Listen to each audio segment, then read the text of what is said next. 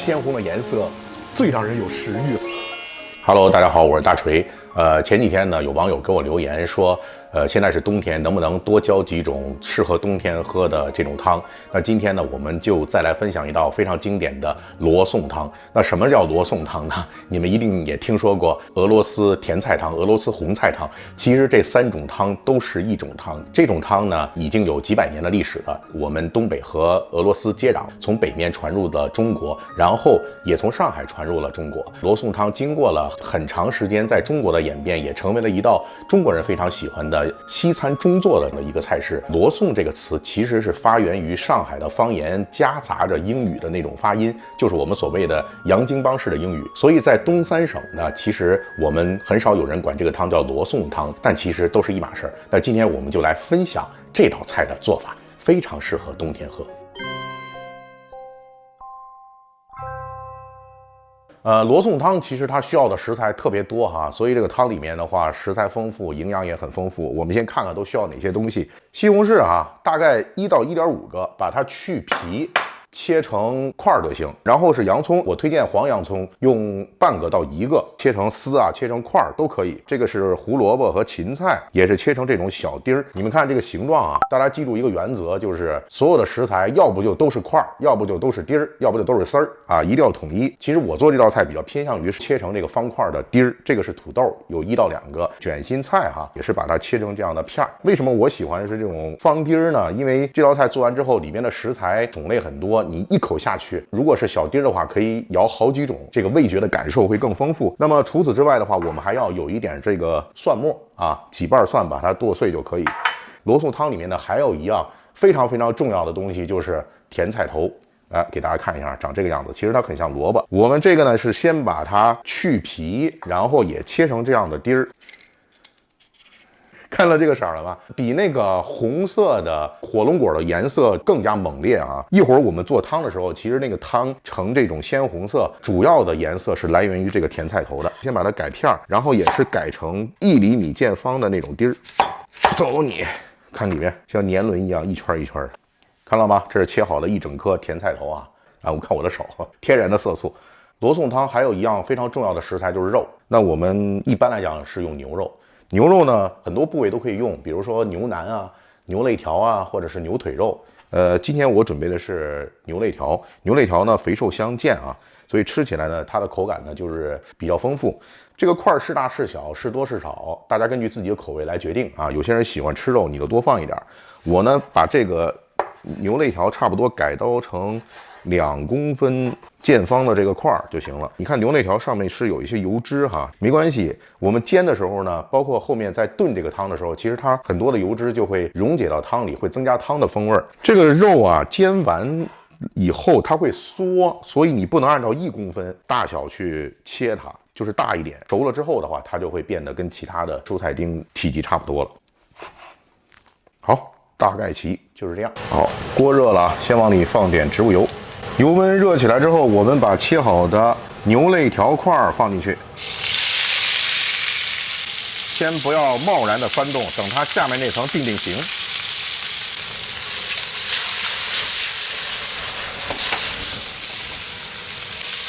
玩了个花活煎牛排一定要中大火，让它表面迅速的形成这个一层美拉德反应熟透的这种焦黄的表层。这样的话，它的水分就被锁在里面了。我们继续中大火再煎这个牛肋条。现在你们看这个牛肋条表面呢有一些焦黄，这个就火候就到了，我们现在就可以把它捞出来了。好的，不要熄锅，也不要关火，锅里再加30克黄油，火力改小一点中小火，因为黄油很容易变焦，等它慢慢融化。这时候我们把洋葱倒进去，还有几瓣大蒜的蒜末。煸炒洋葱我们再来一点番茄酱大概1罐是70克到80克。所谓的西式中做就是说这个菜在传入中国之后，其实融入了很多中餐烹饪的技巧。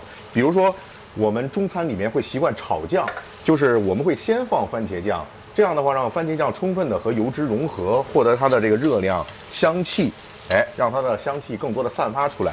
但是在西餐里面的话，番茄酱一般是在中途或靠后的这个步骤会放。那这样你看，现在我们的番茄酱呢，经过炒制之后呢，它就会变得非常的红亮。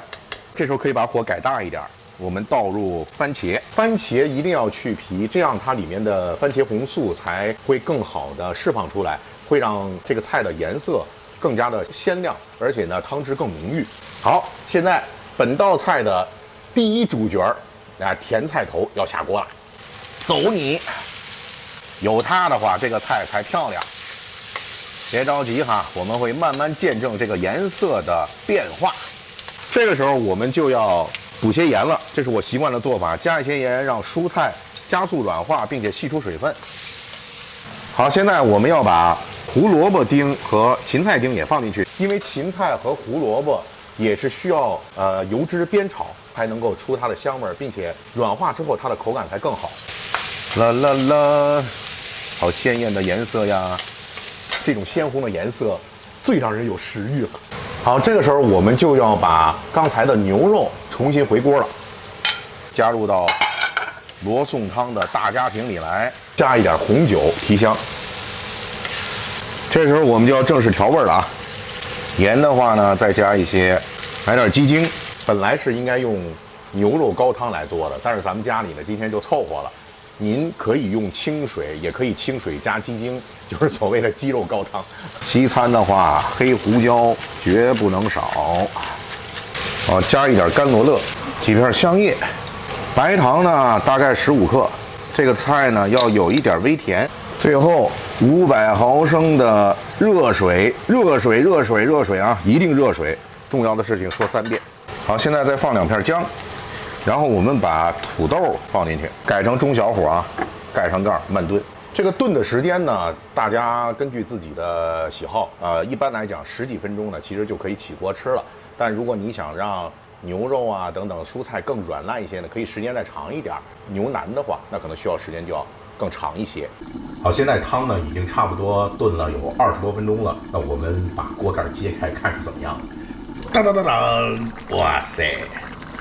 紫红的一大锅呀，这个颜色全都出来了啊！到这个程度呢还没完事儿，我们还有一样食材没放进去，就是最后的这一碗圆白菜，走你，全整进去。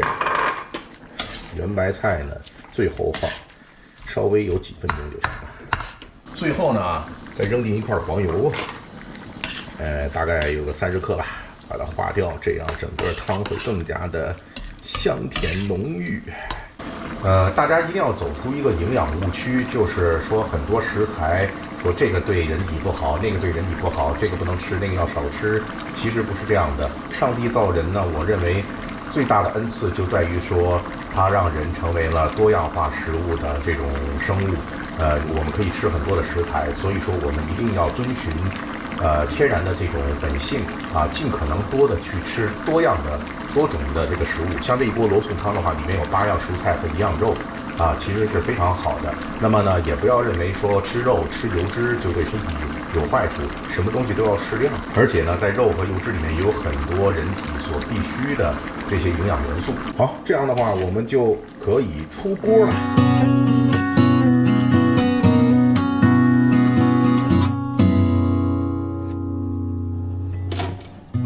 罗宋汤，俄罗斯红菜汤，开吃，上面淋了一点酸奶油。哇，刚入口的时候就是非常浓郁的番茄的味道，还有就是香甜味儿，淡淡的甜。这个甜度呢，其实是来源于洋葱、甜菜头，然后我们还搁了一点点糖嘛。里面的牛肉的话是非常有嚼劲儿的，它是牛肋条，所以说即便说它炖的时间再长，也不会说非常的软烂，这种口感的话刚刚好。而且面包，好吃，微微的有一点酸，但更主要的是香甜味儿，而且热热的。这里面像胡萝卜、甜菜啊，已经都炖得非常的软了。哎，好喝！我们这个菜在家里面吃的话，可以用面包或者是馒头把它煎一下或烤一下，就这个汤非常好，非常适合冬天喝。一样汤8种蔬菜1种肉。如果你不吃牛肉的话呢，可以用鸡肉，但是呢味道是差那么一点意思。好，本期呢大锤私房菜就到这儿，咱们下期再见。吃好每顿饭，过好每一天。